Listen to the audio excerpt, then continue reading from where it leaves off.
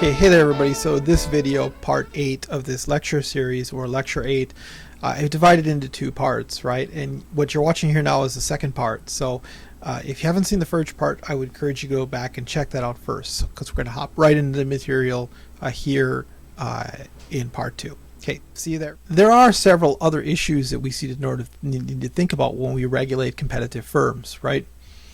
We need to understand that let's say we're regulating price, right? There are other things that firms compete on. So let's say we require all houses to be P-bar, right? Well, the firms could compete with each other in different ways for that market, right? Some firms could say, okay, well, if you buy a home from us, we'll go the extra mile and mow your lawn for the first year. Okay, so, or they might say, okay, well, if the heating breaks, we'll come and fix it for free, right, for the first 10 years or something. So firms can offer all kinds of services in addition to a project, or alter the nature of the product, right, in such a way that they become competitive relative to other firms, right? They're the firm you want to choose. And so we should recognize that if we sort of eliminate competition in, say, prices, that competition is almost certain to move into other aspects of the good, non-price aspects of the good. And from a regulatory standpoint, there's almost no way you're going to get around all of those. Okay, in addition to sort of differentiating products in sort of non-price categories, right, there's another sort of issue that we need to consider, right, when regulating industries along one line or another, right? Is there a lot of things that go on within the firm or industry that we can't control, right? For example, like labor effort. We regulate the price really low. Workers and managers could respond by simply putting in less effort. Okay. If we require certain things to be done that wouldn't otherwise be done, right, then again, workers and managers can simply stop doing one of the other things that they were already doing, right? So maybe we require them to produce certain types of safety features on a product, and then it turns out they end up removing other features that the product used to have that improve the nature of the product. Okay, another thing that can happen in sort of these otherwise competitive industries when we say regulate price is what firms, of course, can do is they can, and we saw this a little bit in the last 2 lectures, but what of course they can do is use one type of product to subsidize another, right? So this is known as cross subsidy. Okay. So for example, if we regulate the price lower than it would other be a case in a competitive market, right? The firms within that industry may produce across a wide scope of products. They may raise prices in other areas to the extent that they're able to do so. Okay, an additional problem that can occur as a result of regulating competitive markets is we can have this sort of situation here, and I've touched upon this in a couple other previous lectures, but reduced capital formation. Okay, so particularly if prices are set below firms' total costs of operating, right? So average total costs. What they may end up doing if those prices are set above their sort of variable costs is they can sort of run down their fixed capital. So to sort of understand what I'm talking about here, let's say that the total cost of running a business is you've got some variable costs. You got to pay your workers, you got to pay your rent in your factory, so on and so forth. And let's say that adds up to 200 per unit or whatever. Okay. But then you've also got to maintain your machinery. So you've got to you've got to oil it. You've got these new parts every so often, and so on. And that's another 50, right? Okay. Well, so that comes to a total of 250, right? 200 variable, 50 maintenance. Okay. So let's then say that the regulated price is 210. Okay. Well, of course you can cover all your fixed costs, so you can keep on churning out additional units, right? No problem. And in fact, otherwise you're maybe making $10 per unit.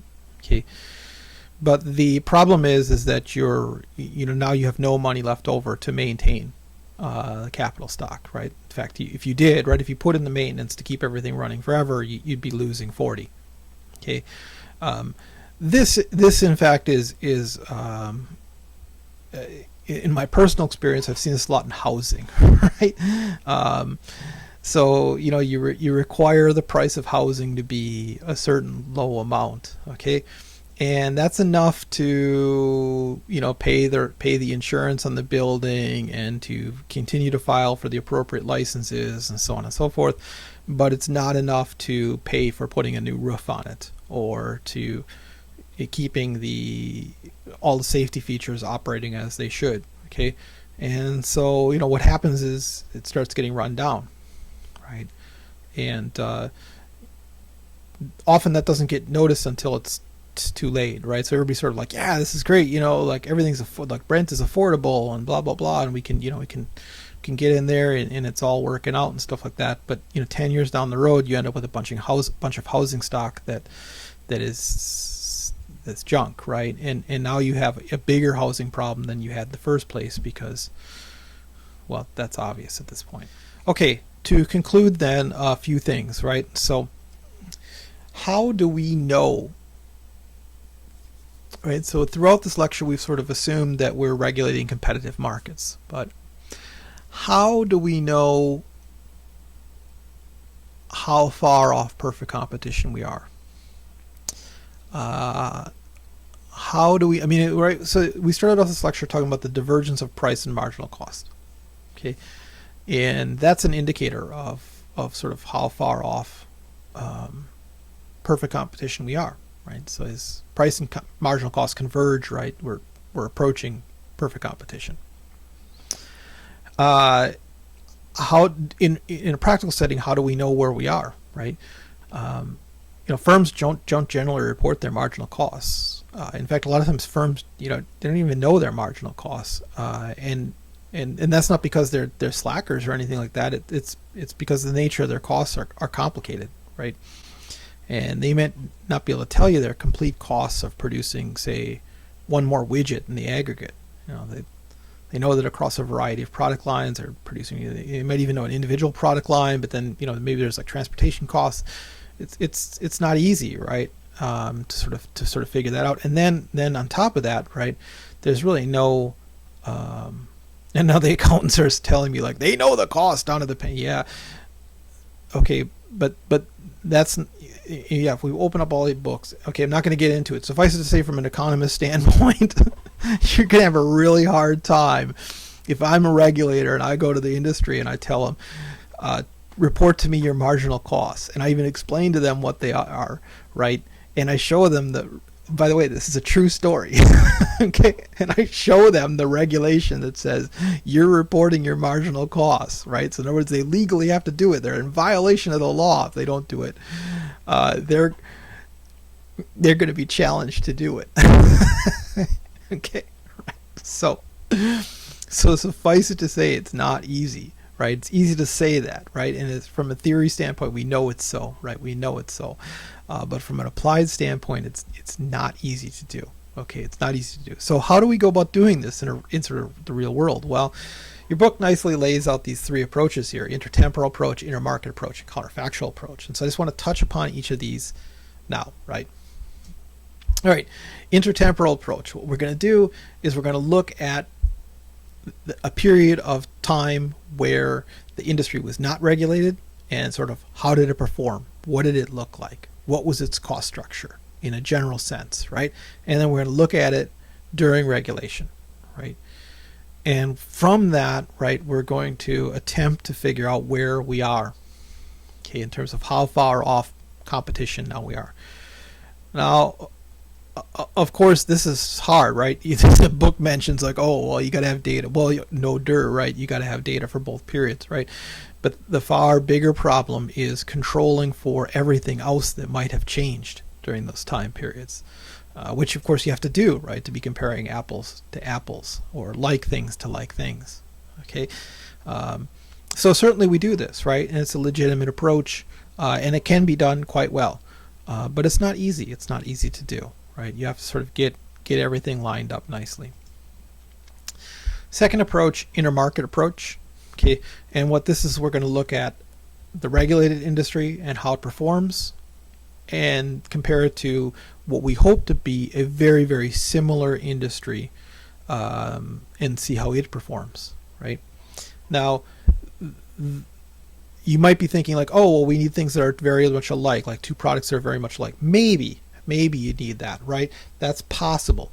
There's a lot of ways to sort of seek out good comparables for this, right?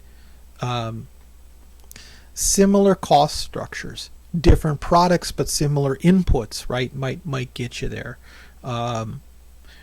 Different geographies, right? But the same product may get you there. One's regulated, one's not. Okay, there's a lot of different ways in which you might go about looking at effective comparable markets, and there's no one way that's the right way, right? You would be justifying it on sort of the things that are similar. Market structure. What does demand look like? What types of inputs do they utilize? What is the price of those inputs? How competitive are those input markets? So on and so forth. So there's a lot of factors that you would want to sort of consider to sort of choose the right one. Okay, well, as you can see, it's a different day, right?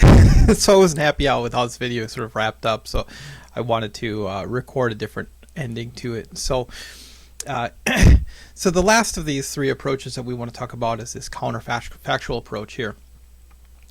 And as you can sort of read, what we're doing here is we're attempting to construct a competitive industry and then compare it to sort of what sort of exists. Right? As a practical matter, what you're going to do is you're going to use this sort of approach as sort of a secondary component to one of the other two approaches.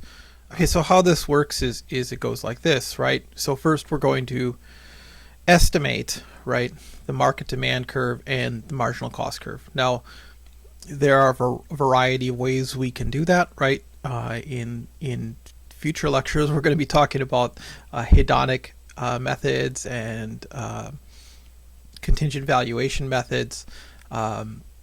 Of course, you can use similar demand curves, right, from other industries if you have some idea about the elasticity. Similarly, and in terms of the cost curve, right, you're going to sort of be constructing it out of the best evidence you can gather as to what the industry costs look like. Okay, and then what we're going to do is we're going to compare the actual prices and quantities to the price and quantities that would hypothetically be produced in a perfectly competitive scenario. That is to say, where price would be equal to marginal cost, right? So if we can estimate a marginal cost and we can estimate a demand with demand elasticity, then we can set the two equal and we can figure out sort of where the competitive market would be.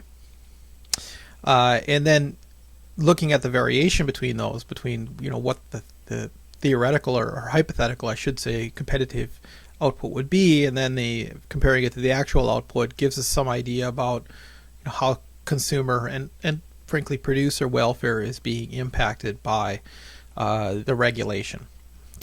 Okay, so that's it for this time. But before I would go, I would like to summarize a couple things from this. This has been a first two-parter of these, and it's been kind of complicated. So I want to summarize what we should have learned in this lecture, right? The first thing is that when you regulate an otherwise competitive industry, what happens is you sort of end up with the wrong number of firms, as it were. That is to say, the wrong number in the sense that the firms aren't going to be producing at their minimum efficient scale or the minimum of their average total cost function. Now, if you regulate price higher than it would otherwise be, what you end up happening is that sort of there's too many firms, as it were, and I take that with a grain of salt, because I mean too many in the sense of like compared to what the competitive result would be if the price was actually that high, right? So by creating a regulated price, what you're doing is you're sort of creating a false price, and I don't mean that in the moral sense of like false is bad or anything. I just mean it's not the price that would occur in the market. And as a consequence, sort of the firms sort of get scrunched up in there. They get condensed up in there. So there's sort of too many, right? And then from that we can get a number of interesting things happen, right? And we saw a few of those throughout this lecture, right? And one of those things that we saw is that in fact there are situations where we can alter the regulations further, right, we can end up sort of a situation where, or if we reduce the number of firms, right, that we actually end up with superior results. And those all come from the idea, right, that sort of there's the wrong number of firms, right? And so adjustments that sort of correct for the number of firms can end up having this actually improving result. The second thing we should have learned in this lecture is that firms compete on a variety of, I want to say planes, right? But that's kind of a complicated word. They consume in a variety of ways, right? They consume on they compete in a variety of ways. They compete on price, but they compete on a lot of other things like quality of service, right, timeliness, location, you name it, right? And once we try to think of a complete list, right, for sure some enterprising entrepreneur is going to figure out another way to compete on. So we should recognize that sort of everything that we regulate, all aspects of the firm that we regulate that would otherwise be competitive, you know, those firms are going to attempt to compete on sort of whatever else is left, right? And so we should anticipate that, and ideally, right, we want to work it towards our advantage, right? We want to work it towards the sort of maximization of social benefit, right? So those sort of the two things, right, we should be picking up on in this lecture. I hope you found it useful, and we'll see you again next time. Thanks, everybody. Bye.